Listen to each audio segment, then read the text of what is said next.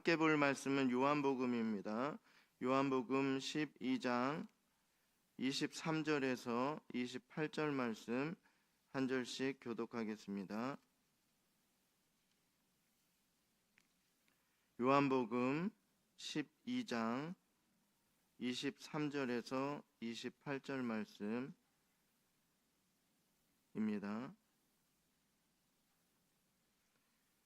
요한복음 12장 23절에서 28절 말씀 한 절씩 교독하겠습니다. 제가 먼저 읽겠습니다. 예수께서 대답하여 이르시되 인자가 영광을 얻을 때가 왔도다.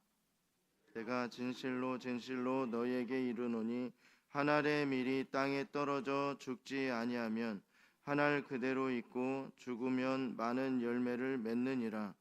자기의 생명을 사랑하는 자는 잃어버릴 것이요 이 세상에서 자기의 생명을 미워하는 자는 영생하도록 보존하리라. 사람이 나를 섬기려면 나를 따르라. 나 있는 곳에 나를 섬기는 자도 거기 있으리니 사람이 나를 섬기면 내 아버지께서 그를 귀히 여기시리라. 지금 내 마음이 괴로우니 무슨 말을 하리요? 아버지여 나를 구원하여 이때를 면하게 하여 주옵소서. 그러나 내가 이를 위하여 이때에 왔나이다. 함께 읽겠습니다.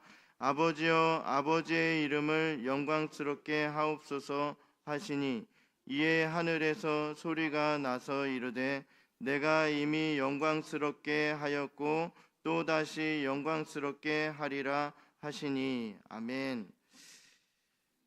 오늘은 요한복음 12장 말씀으로 하나님 아버지께 영광을 돌리는 자, 돌리며 사는 자라는 제목으로 말씀을 나누도록 하겠습니다.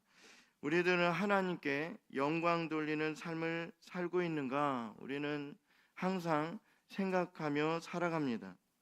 영광 돌리는 삶은요, 하나님께 항상 감사하며 찬송을 주님께 올려드리는 것입니다.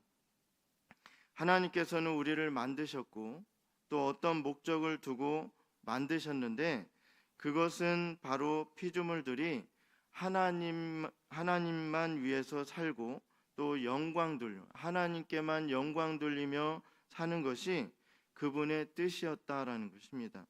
하나님만 우리의 주인으로 모시고 우리는 주인이신 하나님의 말씀만을 듣고 순종하며 살아야만 합니다. 우리가 하나님께 영광 돌리며 살아야 한다는 그 일 앞에서 하나님께서 어떤 사람들의 삶을 싫어하시는가 그것을 알면요 하나님께 영광 돌리며 살아가는 삶이 조금 더 쉽게 이해가 될 것입니다. 요한복음 12장 오늘 읽은 말씀의 그 다음에 오는 그 말씀을 한번 보면 40절에 이런 삶을 살지 말라 이렇게 하시는데 그 40절을 보면 이렇습니다.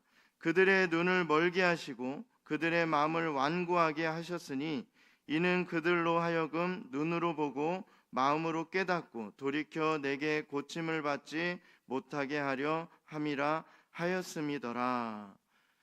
이 참으로 무서운 말씀입니다. 40절에서는 하나님께 영광을 돌리지 못하는 자들의 모습이 아주 잘 묘사되어 있는데 먼저는 하나님께서 그들의 눈을 멀게 하셨다라는 사실입니다. 눈이 멀게 되면요 어떻게 됩니까? 바른 길을 갈 수 없게 됩니다. 바로 앞에 무엇이 있는지도 모르고 계속해서 가다가 결국 어려운 상황에 처하게 되는 것입니다. 다음으로 볼 것은 마음을 완고하게 하셨다라는 것입니다. 이렇게 그들의 눈을 멀게 하시고 또 마음을 완고하게 하셔서 이 완고한 사람들은요 하나님의 말씀을 듣지 않고 순종하지도 않습니다. 이로써 하나님께 영광 돌리지 못하는 죄악된 길에서 나오지 못하고 죄만 짓고 살아가는 것입니다. 또 이렇게 하나님께서 그들의 눈을 멀게 하시고 완고하게 하시고 다음으로 볼 것은 돌이켜 고침을 받지 못하게 하셨다라는 것입니다. 아담이 불순종함으로 범죄하여 하나님 앞에 죄인이 되었고 모든 사람들은 죄를 짓고자 하는 본성을 가지고 태어나게 됩니다. 그래서 하나님께서 기뻐하시도록 살 수 없게 되었는데요. 그렇기 때문에 우리는 고침을 받아야 합니다. 몸이 아플 때는 어디로 갑니까? 의사를 찾아가는데 그 지옥에 갈 수밖에 없는 병, 우리는 태어날 때부터 그 원죄를 가지고 태어나고 또한 죄를 짓고자 하는 그 습성이, 이 본성이 계속해서 우리를 지옥으로 끌고 가는데요. 거기에 넘어지면은 우리는 죄만 짓고 살아가게 되는 것입니다. 그런데 이 지옥에 갈 수밖에 없는 그 병에 걸렸다. 그러면 우리는 병원으로 가는 것이 아니라 예수님께 가서 고침을 받아야 된다라는 것입니다.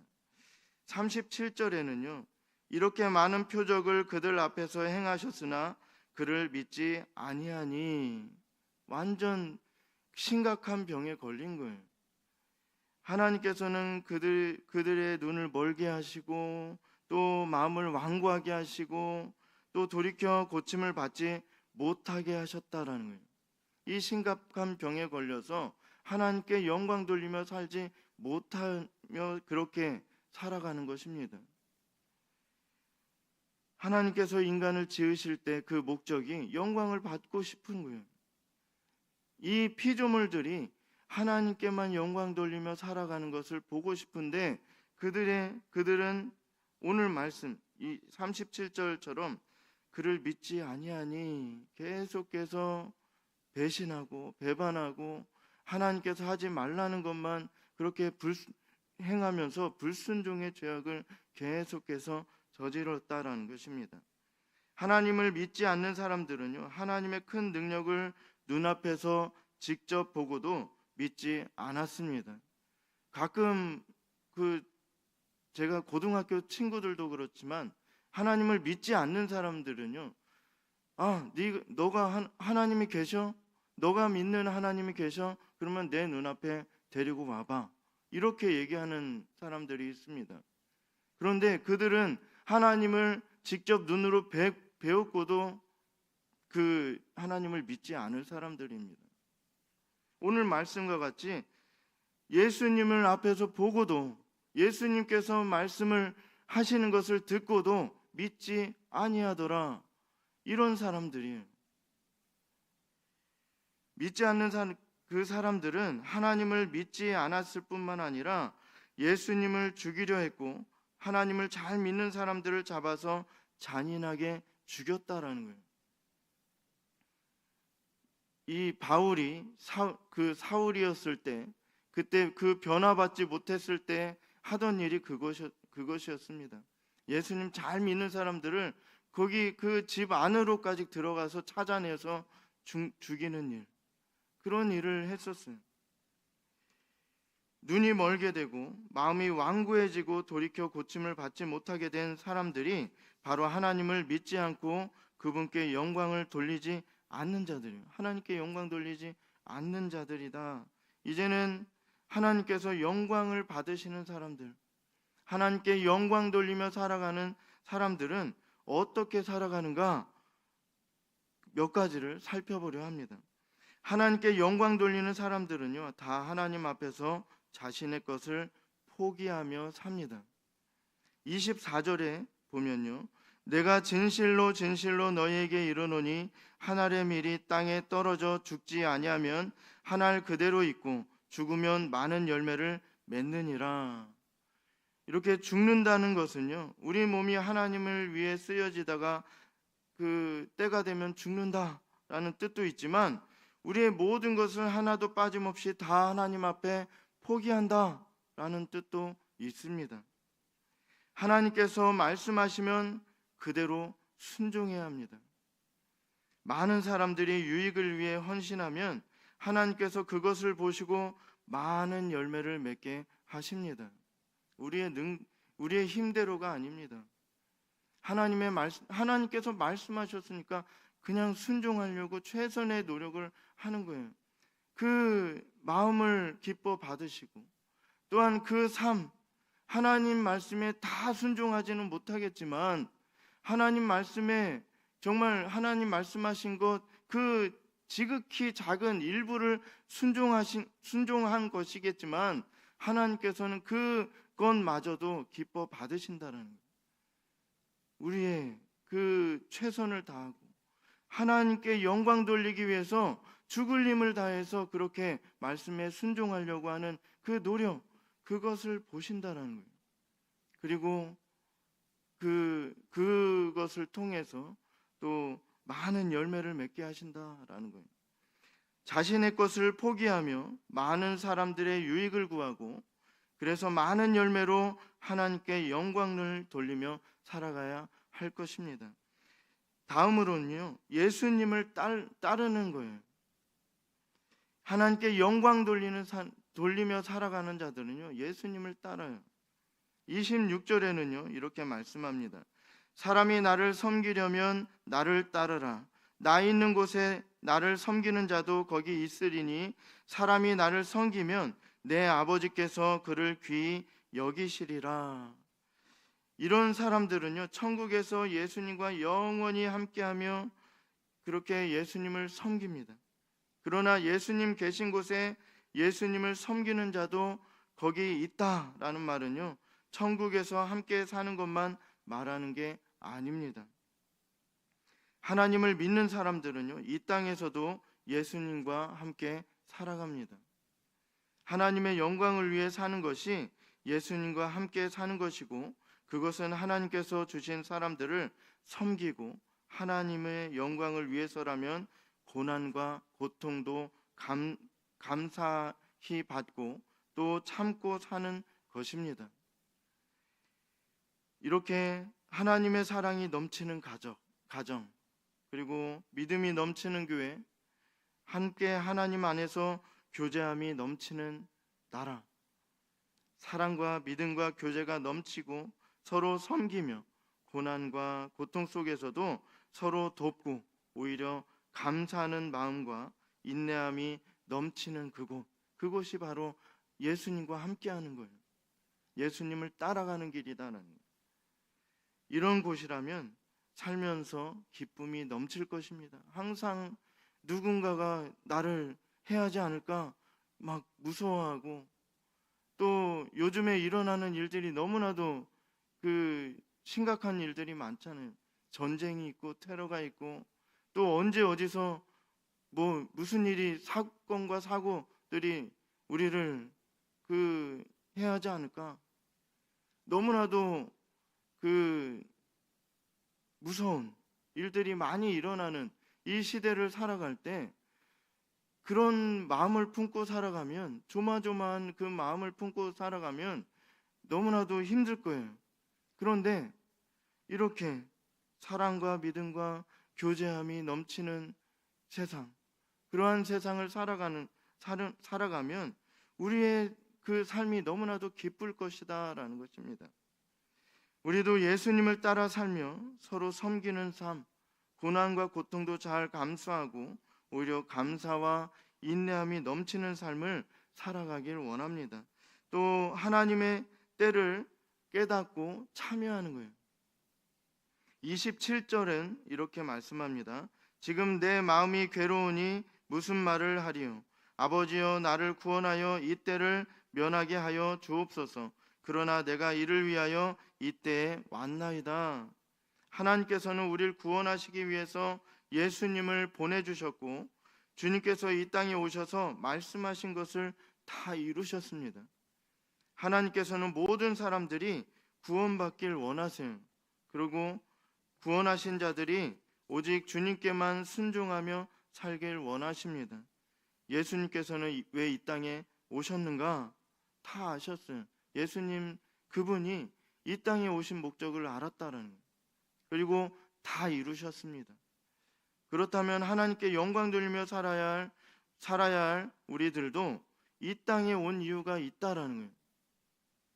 예수님처럼 똑같은 일을 하는 것이 아니라 예수님이 가신 그 길, 이 순종의 길, 그 말씀대로 하나님을 믿고 사는 것이 그리 쉽지 않고 매번 죄의 유혹에 넘어질 때가 많은데요, 그러나 하나님의 때를 잘 깨달아 그 뜻을 따라 살아가야 한다라는 것입니다. 하나님께서 우리를 이 땅에 보내신 목적이 분명히 있습니다.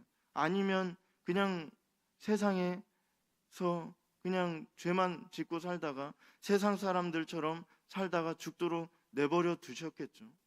이렇게 새벽 기도에도 나오지 못하게 하시고 또 공예배나 여러 가지 이 교회 문턱 자체, 이 교회 문턱을 넘어 들어와서 예배하고 말씀을 듣고 그렇게 성령님께서 우리를 변화시켜 주시고 또 그 들은 말씀을 깨닫게 해주시고 성령님께서 그 역사하셔서 들은 말씀을 깨닫게 하시고 그 말씀대로 순종하며 살아가는 것, 그렇게 하지 않게 하셨겠죠. 우리는 하나님께서 그 이 땅에 태어나게 하신 목적, 그리고 교회에 데려오신 목적이 있습니다. 이 교회 문턱을 넘어 들어오는 것조차 그 세상 사람들에게는요 절대로 불가능한 일입니다. 아직도 이 교회 문턱을 넘어 들어와서 하지 못한 사람들이 세상에 너무나도 많다라는 거예요. 우리는 너무나도 쉽잖아요. 시간 되면 교회에 나오고자 하는 그런 그 마음을 주시고 또 그것을 실행에 옮기게 해주시고 이러한 하나님의 역사들이 우리 일상생활 속에 넘쳐 흐릅니다. 그런데 세상 사람들은요 이 일이 불가능한 일이에요. 절대 불가능한 일이다라는 거예요. 우리는 날마다 주님께서 역사하시는 그 기적과 같은 일들을 계속해서 체험하는 것이에요. 그렇기 때문에 하나님의 때를 잘 깨달아야 돼요. 그리고 때가 되면 하나님께서 그 목적하신 일을 이루실 것인데 그때 우리가 거기에 있어야 돼요. 도구로 사용되어야 하겠다라는 것입니다. 교회 안 나가, 교회 일 안 해, 이렇게 하는 사람들에게 하나님께서 그 도구로 사용하시겠는가라는 거예요. 하나님의 때를 잘 깨달아 그 뜻을 따라 살아가야 한다라는 거예요. 주님께서 우리를 통해 그 뜻을 이루어달라고 기도하며 또 말씀에 순종하며 살아가길 원합니다. 우리 모두 하나님의 은혜로 교회에 나왔습니다. 예수님을 통해 구원을 받았으며 구원을 받은 자들만이 하나님께 영광 돌리는 삶을 살게 된다라는 것을 우리는 말씀을 통해서 알게 됩니다. 하나님께서는 구원받은 하나님의 자녀들에게서만 영광을 받으시길 원하시는 분이십니다. 하나님 앞에 자신의 것 주장하지 않고 다 내려놓고 주님께 순종의 삶을 살아가길 원합니다. 그래서 주님의 때에 이를 이루실 그 날에 함께 동참하며 주님께만 영광 돌리며 살아가는 우리 모두가 되기를 간절히 소망합니다. 기도하겠습니다.